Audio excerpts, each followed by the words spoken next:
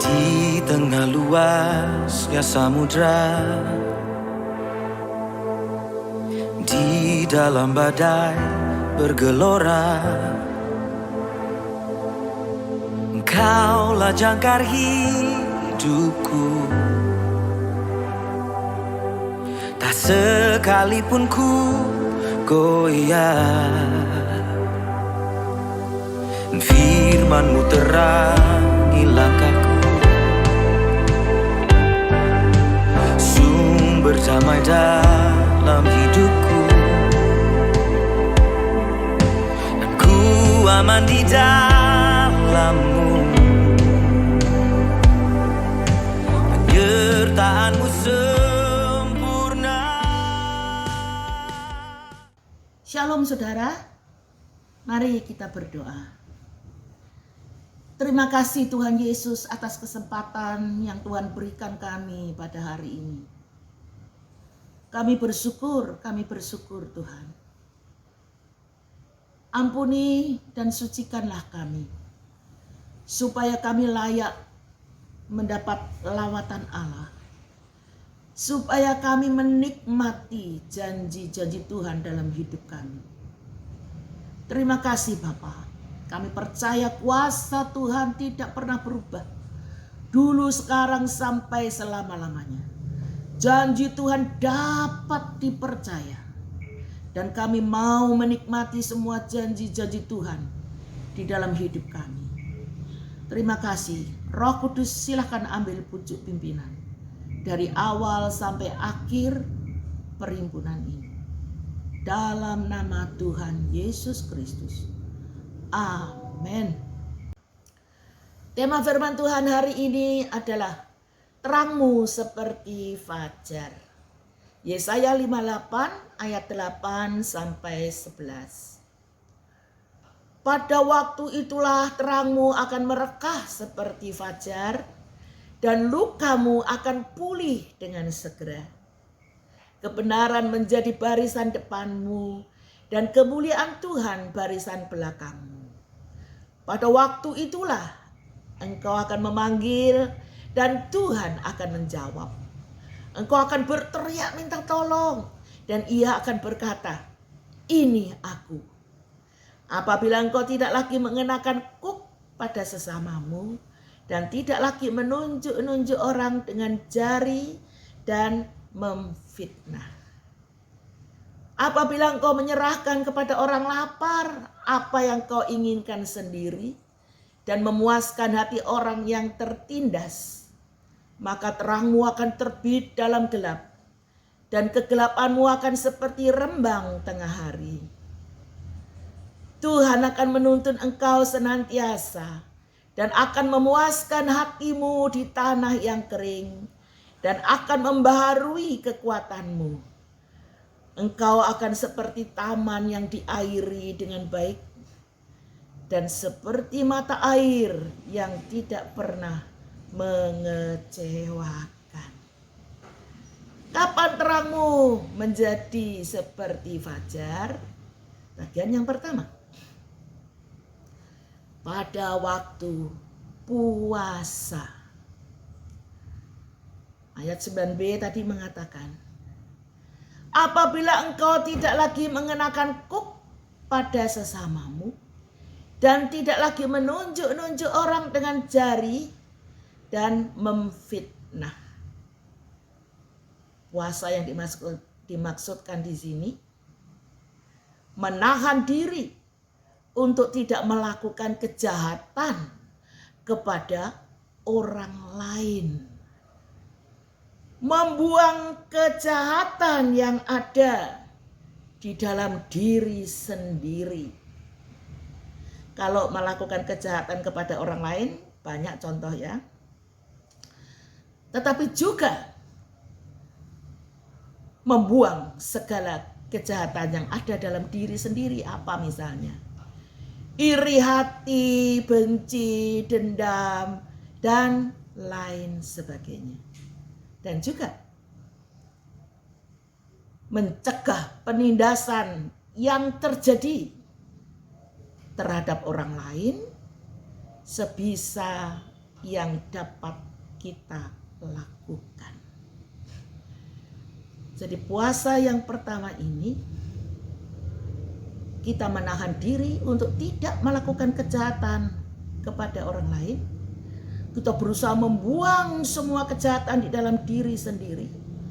Dan juga berusaha sebisa mungkin mencegah orang untuk melakukan kekerasan kepada orang lain. Yesaya 58 ayat 6. Supaya engkau membuka belenggu-belenggu kelaliman dan melepaskan tali-tali kuk, supaya engkau memerdekakan orang yang teraniaya dan mematahkan setiap kuk.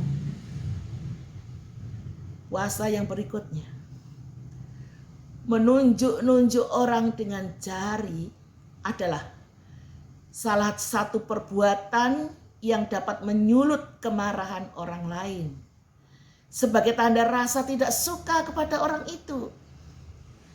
Suatu kejahatan yang dipisahkan tersendiri di sini. Jadi saudara, membuat orang lain marah, itu suatu kejahatan. Kemudian puasa yang lain, memfitnah, mengatakan sesuatu yang tidak benar. Termasuk apa? Menyanjung orang dengan mencari muka atau menjilat, menipu. Itu jelas apa yang kita katakan tidak benar, baik tentang orang lain yang memfitnah itu maupun dari diri kita sendiri. Jadi berpuasa dalam hal ini supaya kita katakan yang keluar dari hati dengan tulus. Apa yang keluar di mulut ini sama dengan apa yang di dalam hati. Seenak atau segak enak apapun, katakan itu. Itu yang sebenarnya. Tidak ada kepura-puraan. Puasa berikutnya adalah di dalam ayat 10 Yesaya 58 tadi. Apabila engkau menyerahkan kepada orang lapar apa yang kau inginkan sendiri dan memuaskan hati orang yang tertindas. Puasa di sini lawannya murah hati. Maksudnya menahan keegoisan kita. Puasa untuk tidak bersikap egois, mementingkan diri sendiri dan serakah. Suka berbagi dengan ikhlas. Bahkan melepaskan keinginan diri sendiri untuk diberikan kepada orang lain yang lebih membutuhkan. Kita melakukannya dengan senang hati dan mengasihi, berbelas kasihan dan sukacita. Contoh, jika ada 4 buah baju untuk kita berlima, untuk saudara berlima, saudara merelakan untuk tidak mendapatkannya karena bajunya cuma 4. Atau jika ada nasi 1 piring, sedangkan saudara berdua, makanlah bersama. Tetapi bagaimana nasi sepiring saudara berlima? Mungkin saudara lebih suka untuk berpuasa supaya mengenyangkan 4 orang lainnya. Nah, dikatakan pada waktu itulah terangmu akan merekah seperti fajar. Bagian yang kedua, terangmu seperti fajar. Bagaimana keadaan terang yang seperti fajar itu? Yang pertama, disembuhkan. ayat 8a.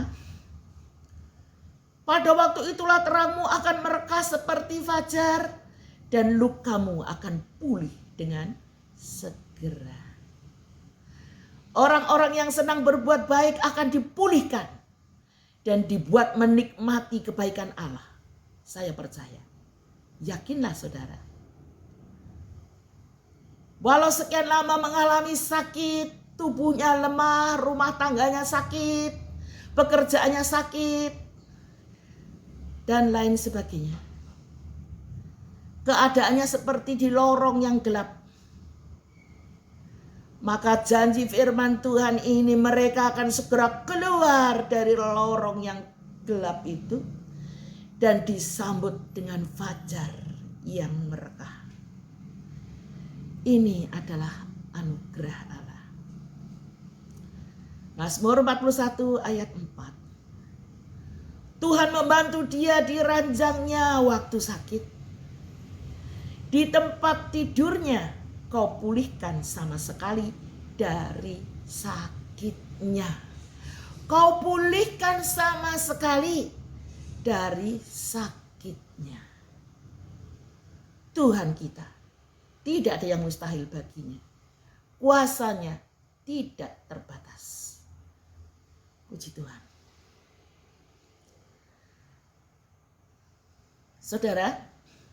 Saudara yang melakukan puasa di poin yang 1 tadi, mematahkan setiap kuk, baik itu kepada orang lain, dari dalam diri sendiri, juga menghalangi orang yang mau memaksakan kuk kepada orang lain, menunjuk orang dengan jari, memfitnah, tidak egois, tidak serakah. Maka sekarang ini mereka yang sudah melakukan itu dan masih berada di lorong yang gelap, janji firman Tuhan mengatakan, lukamu akan pulih dengan segera.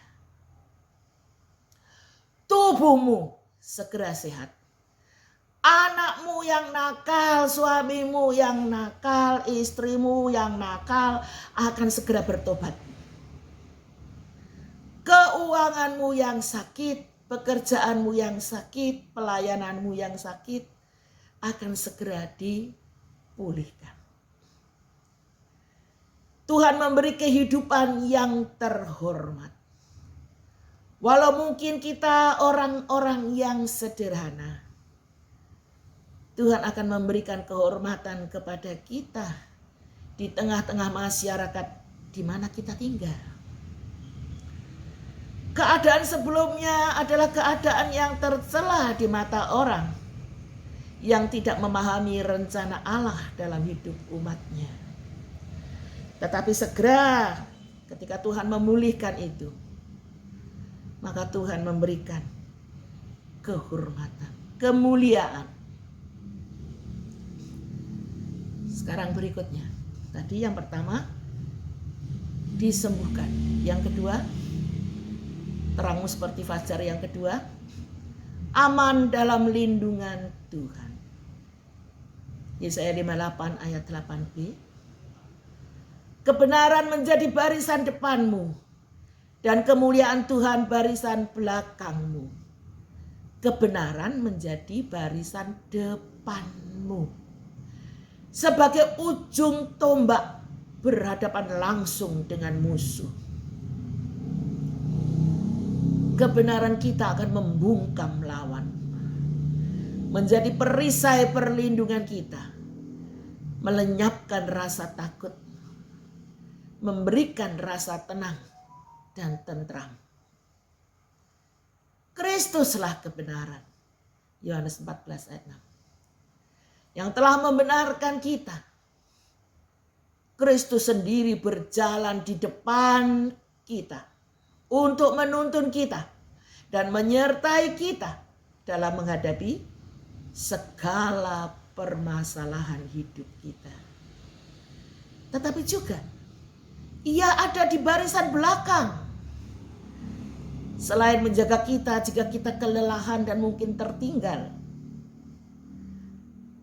juga melindungi serangan musuh yang mengejar dari belakang.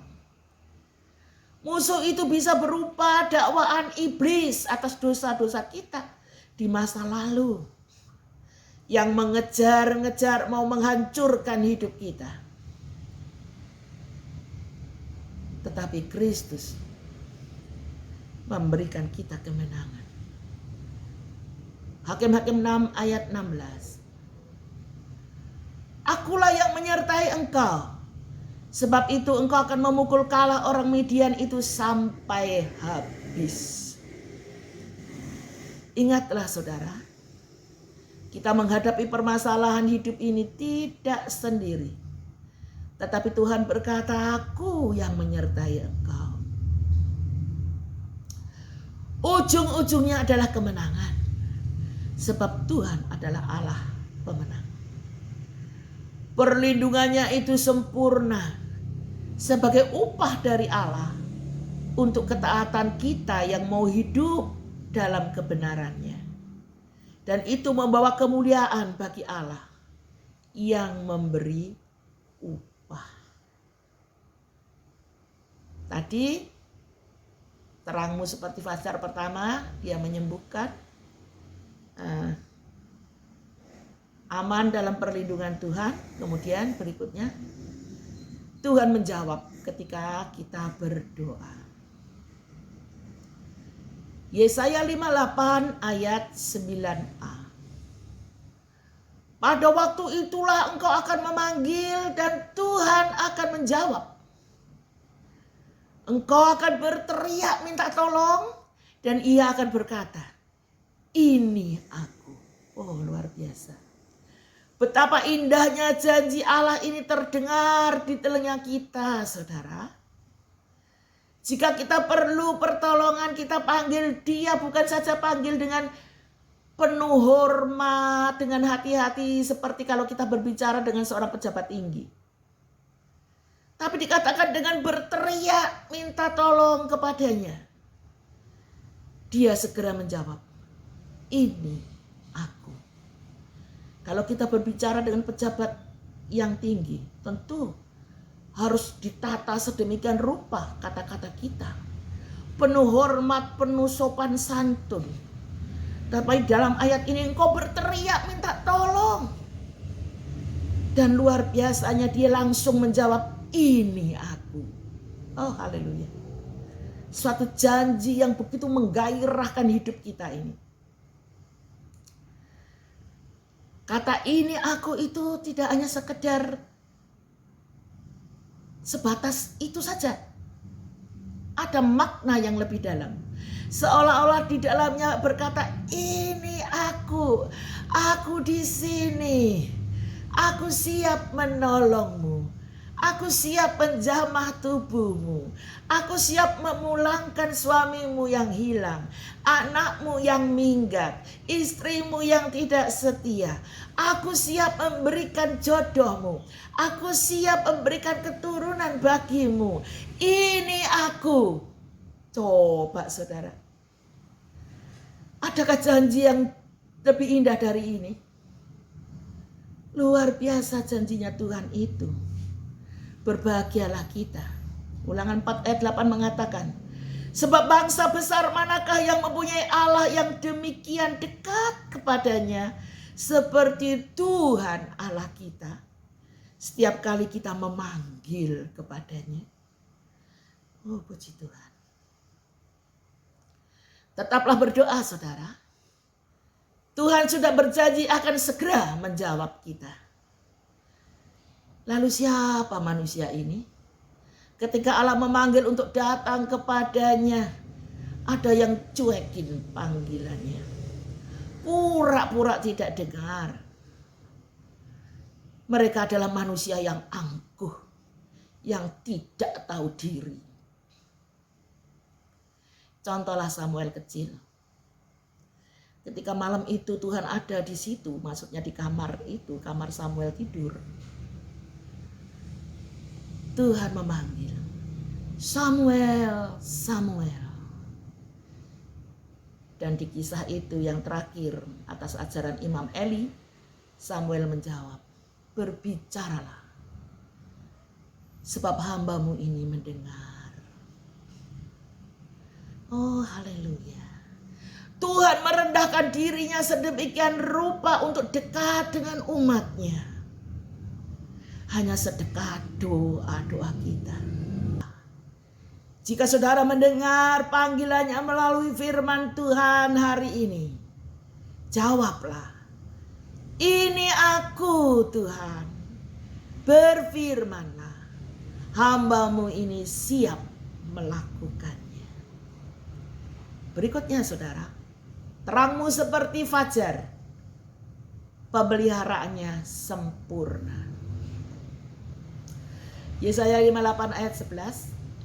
Tuhan akan menuntun engkau senantiasa dan akan memuaskan hatimu di tanah yang kering dan akan membaharui kekuatanmu.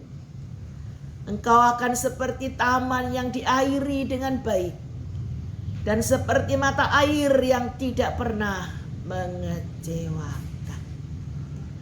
Pemeliharaannya ajaib. Bagaimana ada ajaib saudara? Dikatakan aku akan memuaskan hatimu di tanah yang kering. Sudah dikatakan tanah yang kering. Bandingkan dengan Yesaya 49 ayat 9b. Di sepanjang jalan mereka seperti domba yang tidak pernah kekurangan rumput. Dan di segala bukit gundul pun tersedia rumput bagi mereka. Di semua bukit gundul, tidak hanya satu bukit gundul, di segala bukit gundul, dimanapun kita berada, kalau kita berkenan di hadapan Tuhan, maka kita tidak akan pernah kekurangan rumput. Karena Tuhan yang menyediakan itu bagi kita. Di tengah banyak orang kebingungan untuk mencari tambahan pekerjaan, untuk mencukupkan kebutuhan hidup mereka, murid Tuhan yang sejati akan tetap tinggal tenang. Pemeliharaannya sempurna. Yesaya 49 ayat 10.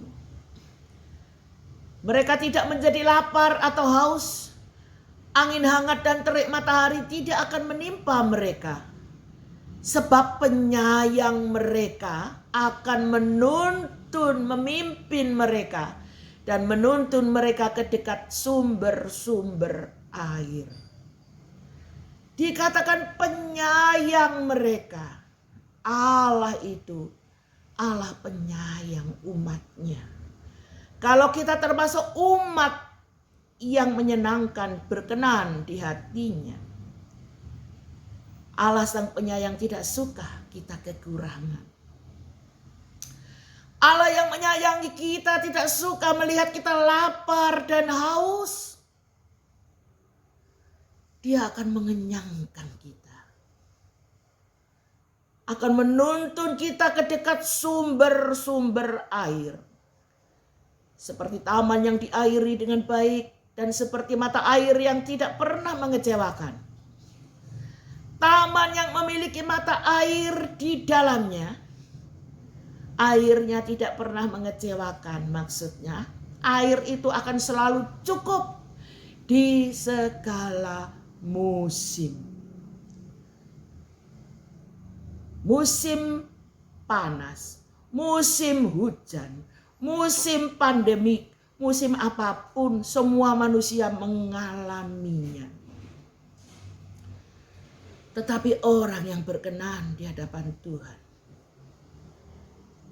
umat pilihan Allah tidak akan pernah kekurangan. Bahkan kekurangan sesuatu yang baik. Sebab kita mempunyai sumber air hidup, yaitu Yesus. Mazmur 127 ayat 2. Sia-sialah kamu bangun pagi-pagi dan duduk-duduk sampai jauh malam. Dan makan roti yang diperoleh dengan susah payah. sebab Ia memberikannya kepada yang dicintainya pada waktu tidur. Oh, luar biasa, saudara. Janji ini menenteramkan hati kita. Sudahkah saudara menikmati janji ini dalam hidup saudara? Kalau belum, koreksi. Karena Dia yang berjanji adalah Allah yang Esa, El Shaddai, yang selalu menepati janjinya dan membuat kita benar-benar menikmati semua janji itu menjadi kenyataan dalam hidup kita. Terangmu seperti fajar. Kapan terangmu seperti fajar? Yang pertama, pada waktu engkau berpuasa. Engkau mematahkan kuk, menahan, menyakiti orang lain, membuang kejahatan dari diri sendiri, dan juga berbuat sebisa mungkin untuk mencegah orang melakukan kejahatan kepada orang lain. Yang berikutnya, puasa menunjuk-nunjuk dengan jari, menahan supaya tidak membangkitkan kemarahan orang lain yang menimbulkan perpecahan. Itu merupakan kejahatan yang tersendiri. Puasa yang berikutnya memfitnah, yaitu berbicara tidak jujur, tidak benar. Apa yang kita ucapkan dengan mulut kita itu dari dalam hati kita. Tidak ada kepura-puraan. Kemudian yang keempat, berpuasa menahan sikap egois dan serakah, suka berbagi kepada orang lain, murah hati. Maka pada waktu itu, kata firman Tuhan, terangmu seperti fajar. Yang pertama, engkau disembuhkan. Yang berikutnya, aman dalam lindungan Tuhan. Yang ketiga, Tuhan menjawab doa kita dan berkata, ini aku. Yang keempat, pemeliharaannya sempurna. Amin. Tuhan Yesus memberkati. Mari kita berdoa. Terima kasih buat firman Tuhan pada hari ini ya Bapa. Kami percaya yang berjanji adalah Tuhan yang Maha Kuasa. Allah yang punya kuasa yang tidak terbatas. El Shaddai. Kami mau menikmati janji-janji Tuhan dalam hidup kami ini. Ampuni segala kelemahan dan kekurangan kami ya Bapa. Tolonglah kami, Roh Kudus, bantulah kami. Supaya hidup kami benar-benar menyenangkan hati Tuhan. Dan kami percaya di saat itu terang kami akan merekah seperti fajar. Kami yang saat ini sedang sakit disembuhkan oleh Tuhan. Kami aman dilindungi oleh Tuhan. Kami dipelihara dengan ajaib dan sempurna. Dan doa-doa kami akan Tuhan jawab. Janji-Mu sungguh indah. Dan kami mau menikmati janji ini dalam hidup kami. Terpujilah nama-Mu Bapa. Keadaan negara kami Indonesia saat ini kami serahkan dalam tangan Tuhan. Ampuni kami, ampuni bangsa kami Tuhan. Sebagian mereka yang tidak takut akan Tuhan. Yang berbuat kejahatan di mana-mana. Oh Tuhan. Segala rencana-rencana jahat mereka Tuhan sendiri yang menggagalkan. Oh, haleluya, haleluya. Lindungi Bapak Jokowi dan orang-orang yang jujur, yang tulus hati, yang mendukung di belakangnya. Kebenaran akan muncul dan selamatkan Bapak Jokowi dan rakyat Indonesia. Terima kasih Tuhan. Tidak ada yang mustahil bagimu.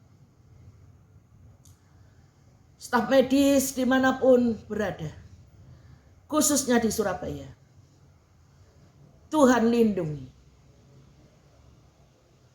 Dengan perlindungan yang ekstra, dengan sukacita yang melimpah.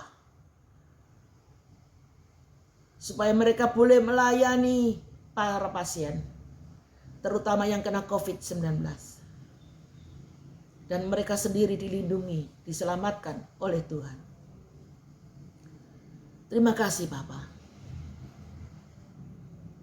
Semua umat Tuhan dimanapun mereka berada. Kalau saat ini mereka sedang dalam keadaan susah, Tuhan yang menghiburkan. Dalam keadaan sakit, Tuhan yang menjamah, menyembuhkan. Apapun yang menjadi pergumulan mereka saat ini, berikan kemenangan ya Tuhan. Di dalam nama Tuhan Yesus Kristus, seluruh umat Tuhan dimanapun engkau berada, diberkatilah rumah tanggamu, diberkatilah pekerjaanmu, diberkatilah kesehatanmu, diberkatilah pelayananmu. Apapun yang kau kerjakan berhasil bersama-sama dengan Yesus. Terimalah berkat dari Allah Bapa, Allah Putra, dan Allah Roh Kudus. Dalam nama Tuhan Yesus Kristus. Amin. Tuhan memberkati.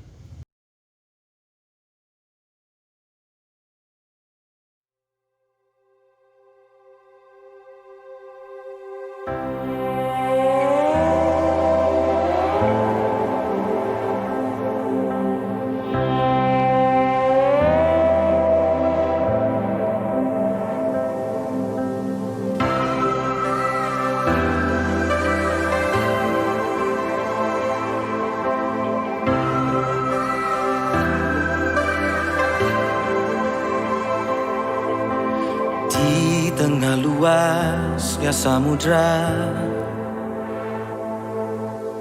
di dalam badai bergelora, Engkaulah jangkar hidupku.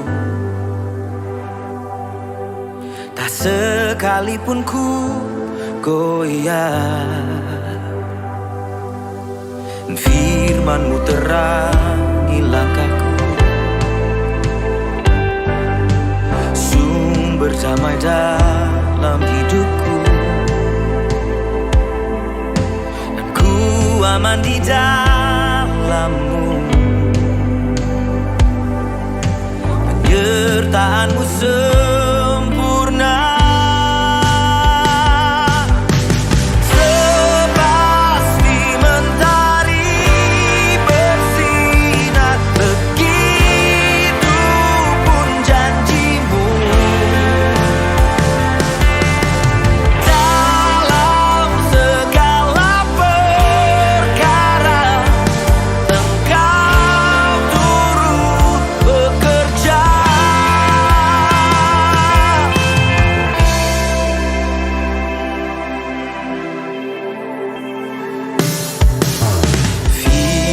Terangi langkahku,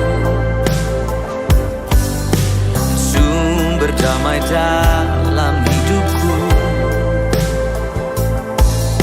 Oh, ku aman di dalam